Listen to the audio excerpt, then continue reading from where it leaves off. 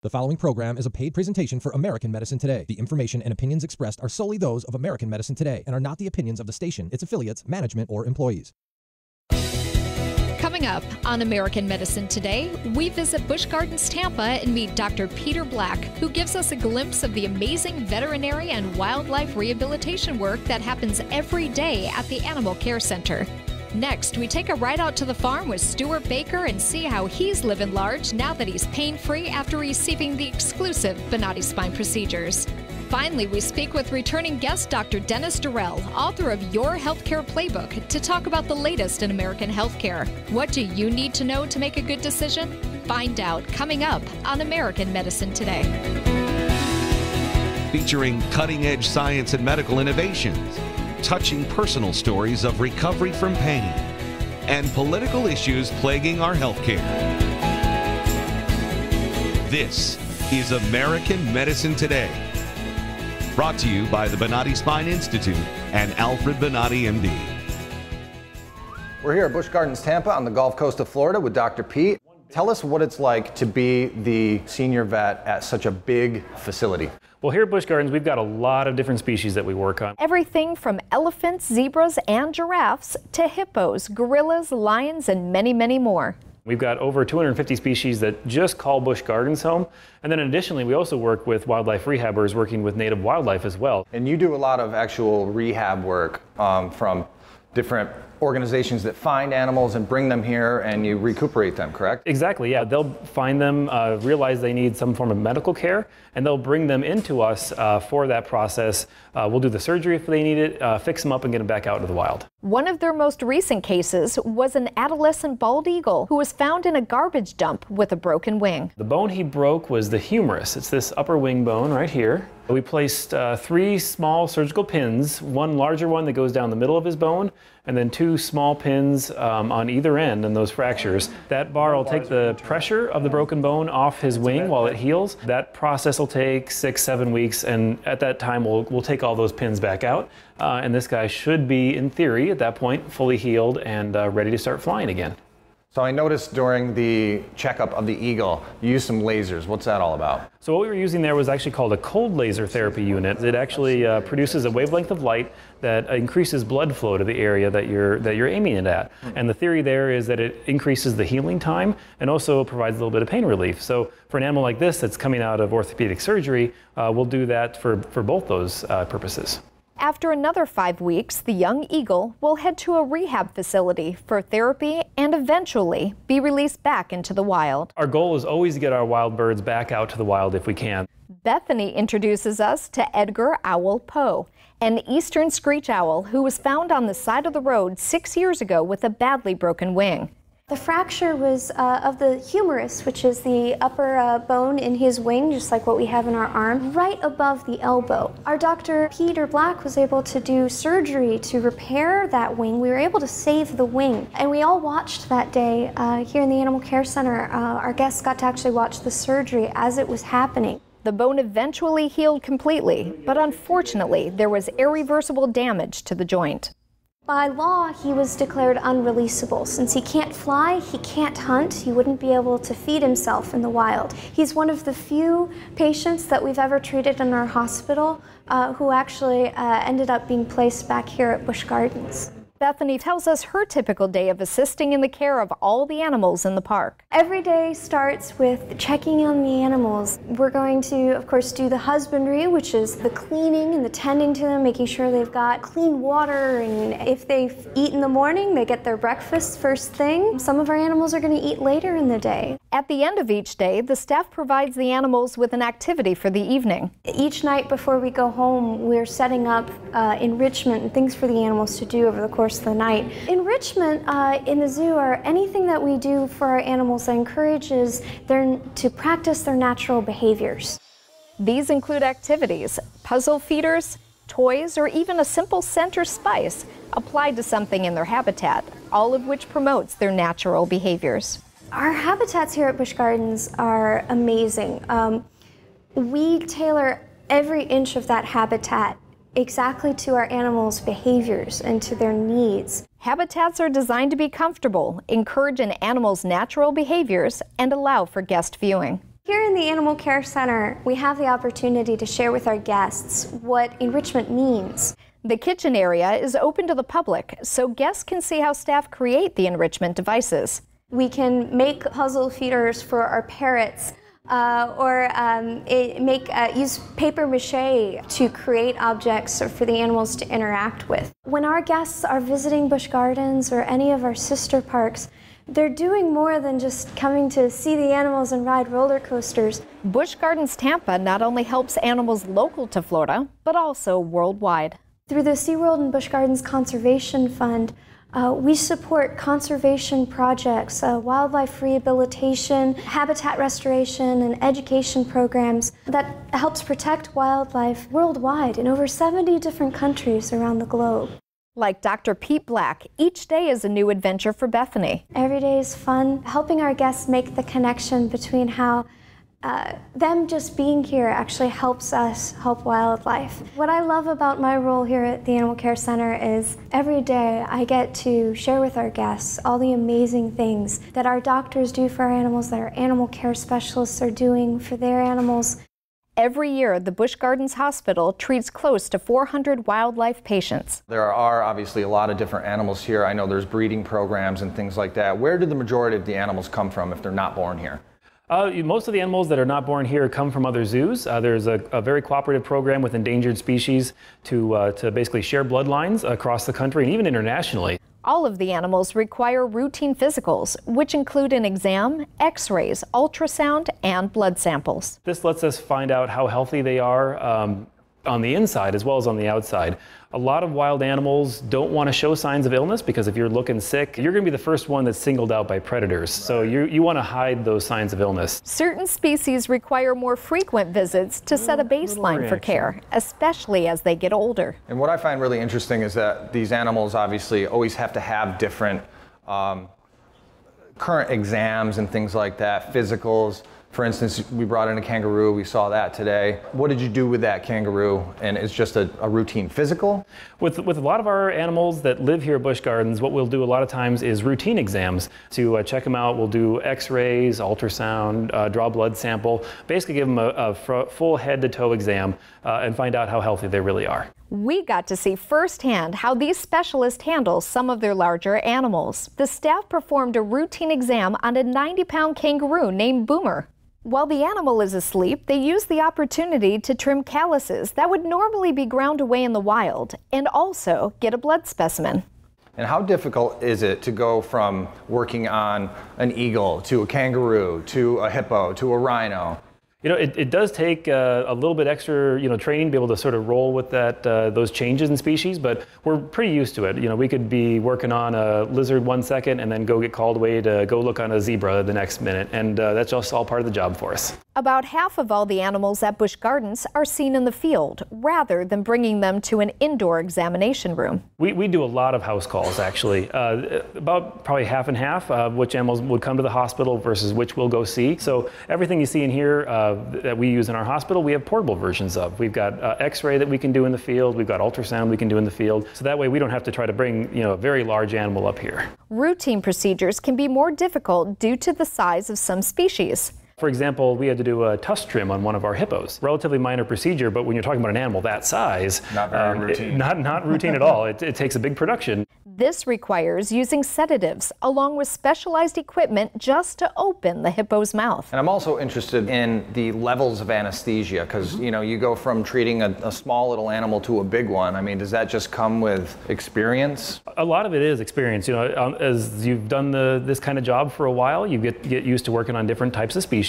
They all react a little bit differently. A gazelle is not the same as an eland, is not the same as a giraffe, is not the same as a bird. Veterinarians from different facilities share their experiences and knowledge when they come across a situation they have not encountered before. And it's a great community sort of exchange that way because no one's done it all and seen it all. So we got to be ready to talk to each other and share the knowledge that we have. And I also wanted to ask about inclement weather. We're here on the Gulf Coast of Florida. What about hurricanes, things like that? How does such a big zoo like Busch Gardens, what do you do with all of those animals, especially from a veterinary standpoint? Yeah, so you got to be prepared, of course, anytime in Florida that a hurricane could possibly come through, even if it's relatively unlikely. When we have one that's going to come close to us, we do have a plan plans in place to move animals to safe locations. As veterinarians, we're basically on standby in case anything gets hurt. So we'll be on standby as part of the ride-out crew to wait out through a hurricane if that ever occurs. Well, it's a very interesting career. Every day is different, like you said. Any parting words of advice for anyone watching, young people who might want to be pursuing a career in veterinary medicine? You got to do well in school, of course. There's a lot of schooling that goes into being a veterinarian, and especially a zoo veterinarian. And then, just being motivated. It's not necessarily an easy career path, but it's a fun one. And if you just don't quit and don't give up on it, you can get there. It just takes a little bit of effort and a little bit of time. Thanks to visitors around the world, SeaWorld and Busch Gardens have been able to rescue and rehabilitate over 28,000 animals. And their great work continues. So thank you for having us, Dr. Pete. Oh, you're very welcome. Coming up next, our Back to Life segment.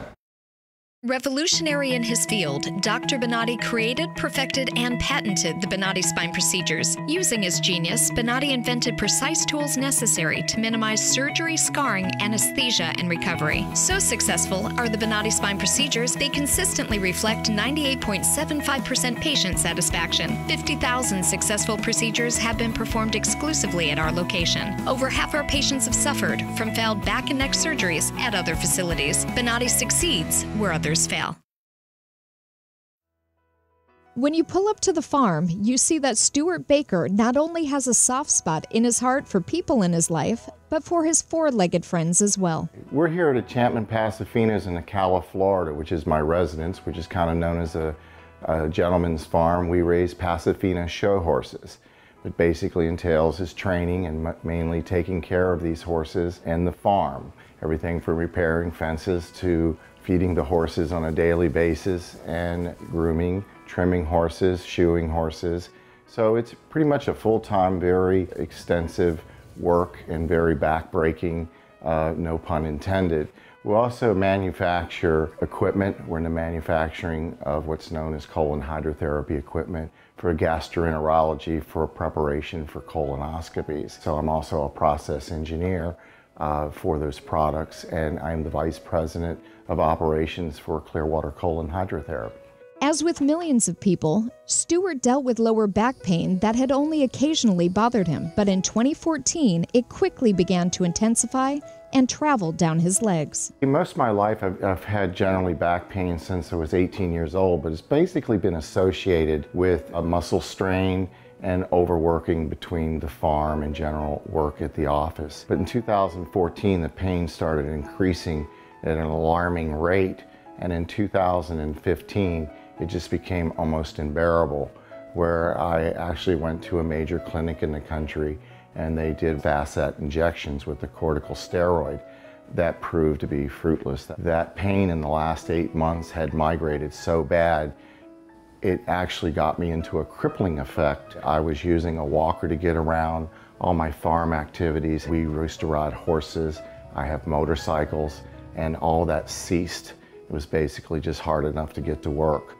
So I'd seeked all types of help. In April that year, I had seeked out, neurosurgery, and they had done the MRIs and the bone scans and realized, and the only thing that they could offer was spinal back fusion. Though he had been told a fusion was the answer to his pain, something in Stuart told him not to go through with it, and he decided to do more research. After I'd spoke to the doctor at the major clinic I was speaking about, I definitely decided to not go to that route. We had actually contacted back over to the pain management clinic who had done the facet injections and set up an appointment for May 9th to do the thermal facet ablation. And it just bothered me so much that we were doing a temporary fix and I'd have to keep repeating this at least every 12 months. I just did not want to go that route.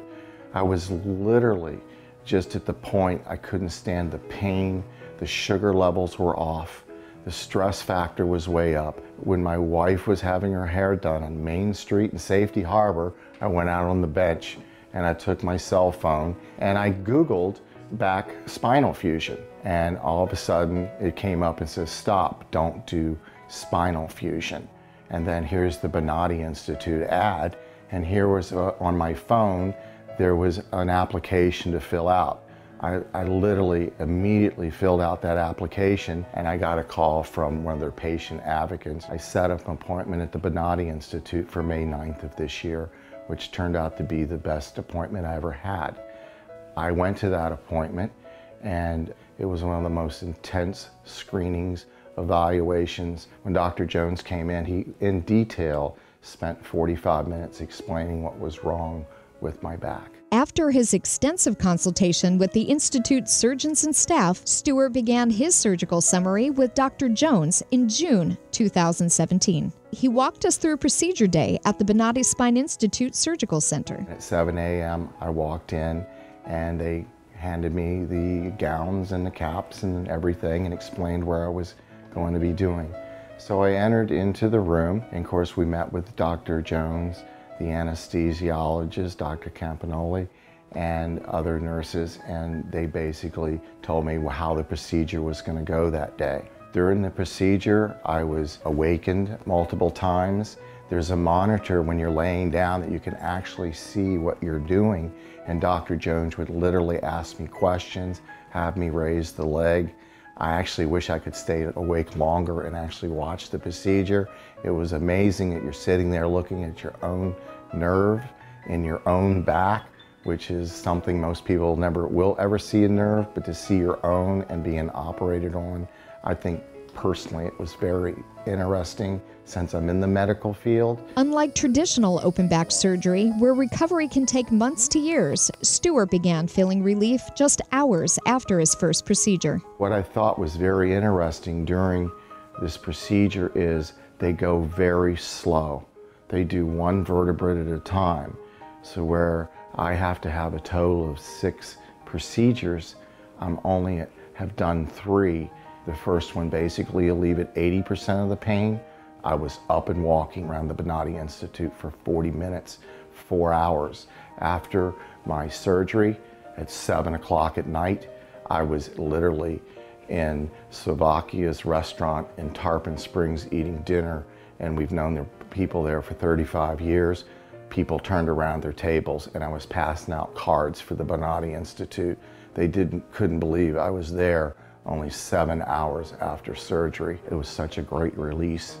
The second procedure then removed 15% more of that pain, and then the last procedure on the right side has now removed, we're up to 100% of all the pain's gone. Making the decision to undergo the Benari spine procedures was easy for Stewart when he learned Dr. Benari holds 7 patents for methods and medical tools utilized exclusively at the Institute. And now Stewart is getting back to life on the farm and on the road. I think what's the most debilitating thing that can be, as well as having the physical condition, is the emotional and psychological part of being so much physical pain that you lose the ability to do your daily routines. Knowing I couldn't do the things on the farm.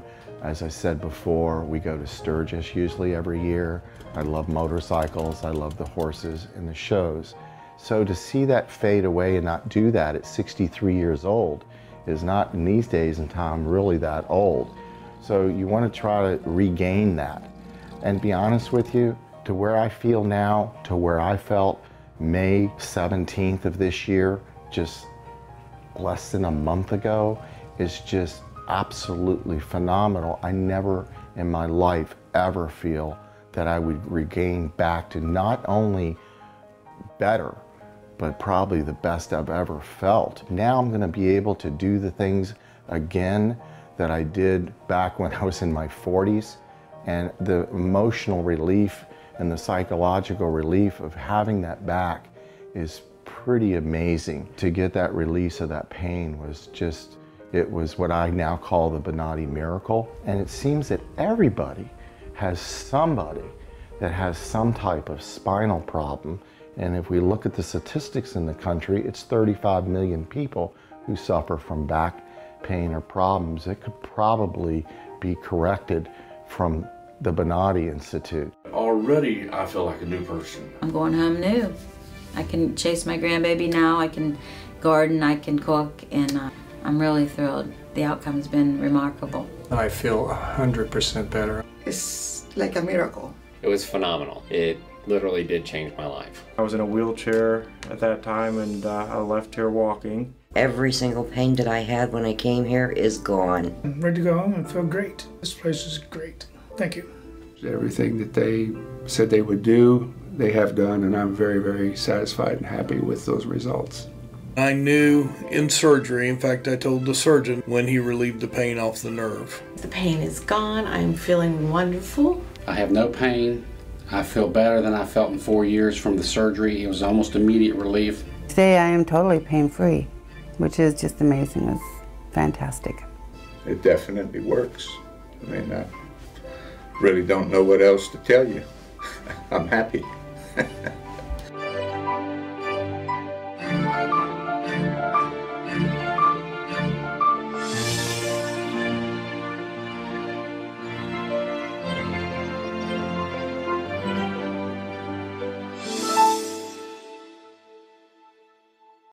You are listening to American Medicine Today. I'm Kimberly Bermel, joined by Ethan Euchre. Glad to be here. And world-renowned orthopedic surgeon, Dr. Alfred Benari. Hi. Now, we're excited because the American Health Care Act is headed to the Senate, and joining us to discuss what's next is our returning guest and friend, Dr. Dennis Durrell, author of your healthcare playbook, Winning the Game of Modern Medicine. So thank you for being here, Dr. Durrell. It's my pleasure. It's great to be back. And we'll get into the book, which is why we're having you back on, because the last time we had you on, we didn't even talk about your darn book because, you know, you're basically an expert in this AHCA bill and how it's going to replace and repeal Obamacare. So, and you were recently up in D.C. I was invited to meet with the Doctor Caucus on the House side. And how'd that go? I mean, anything? I think it went very well because I don't want lawyers working on something that affects 1/6 of our economy and has to do with healthcare. Yeah, they did that one enough. Exactly. Yes. I think the things that I learned from it is that they're very serious about it. They want to get something done. I think that was very important. I think that there was a lot of head nodding in the room when we talked about Medicaid and access to care. Just because you give someone an insurance card, it doesn't mean you've given them health care. One of the problems that I just start to realize that's happening on the market of the insurance companies. Imagine that you charge $100 to the individual who's going to be now your client on the insurance. The company is going to produce a tremendous amount of billions of dollars. In 15% of that one, the government will demand to be paid for taxes. And what they are doing, the insurance companies now, is they are creating one insurance, and then they are creating something underneath that is another company to pass the benefits to there. But it's not really another company, correct? It is another company. The only problem is this company is really the daughter of the insurance. So they are passing the profits here. And when they pass the profit here and they filled up all the profits there, and they give the explanation now that this company only can pay 15% again, then they move this thing to another company.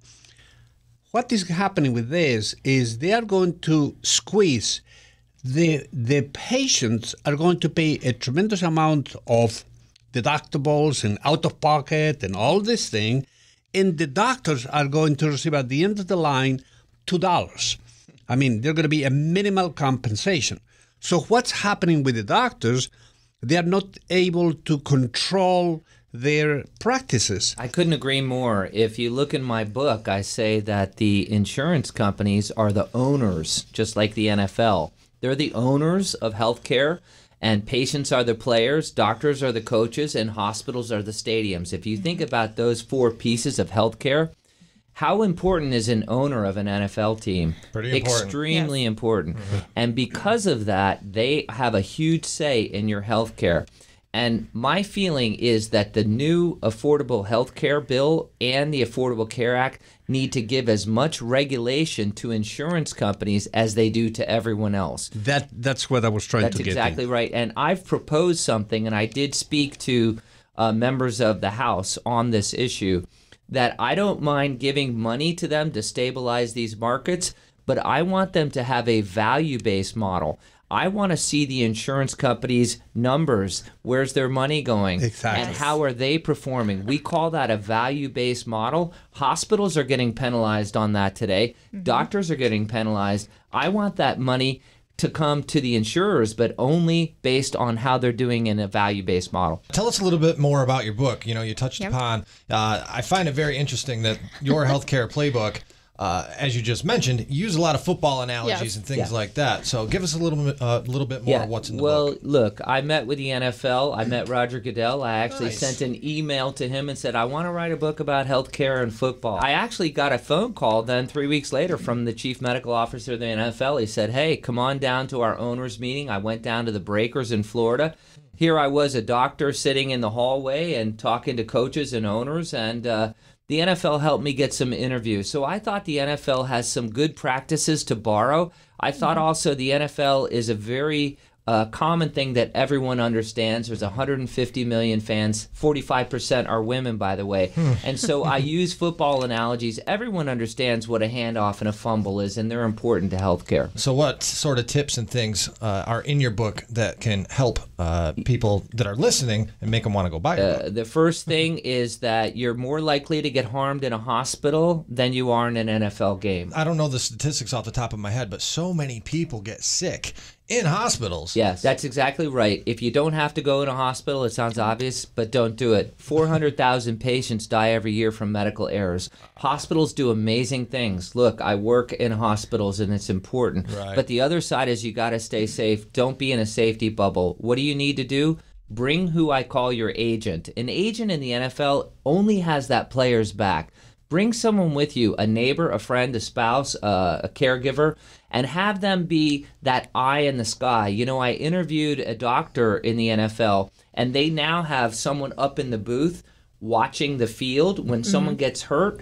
That trainer can actually see when a player gets hurt if it's missed. Have that eye in the sky on your healthcare team when you're in the hospital. That's one of the key things to staying safe. Maybe that is why the healthcare is moving very, very fast from hospitals to ambulatory centers. Yes, I agree. If you can have it in a surgery center, have it. And also check out your surgery center, though, too. Make sure you need to. You need to. Well, thank you very much for being here, Dr. Dennis Durrell, author of your healthcare playbook, Winning the Game of Modern Medicine. Thanks again for joining us in studio. It's absolutely my pleasure. And thank you for the book. Yeah, you're welcome. He came bearing gifts. Where can people get the book, by the way? Everywhere? Go to Amazon. It's the best place, but it's available everywhere, every bookstore. Make sure you join us again next time on American Medicine Today. If you have any comments or questions, contact us at the number below. You can tweet at Dr. Benari using hashtag American Medicine Today or hashtag AMT. We would like to hear from you.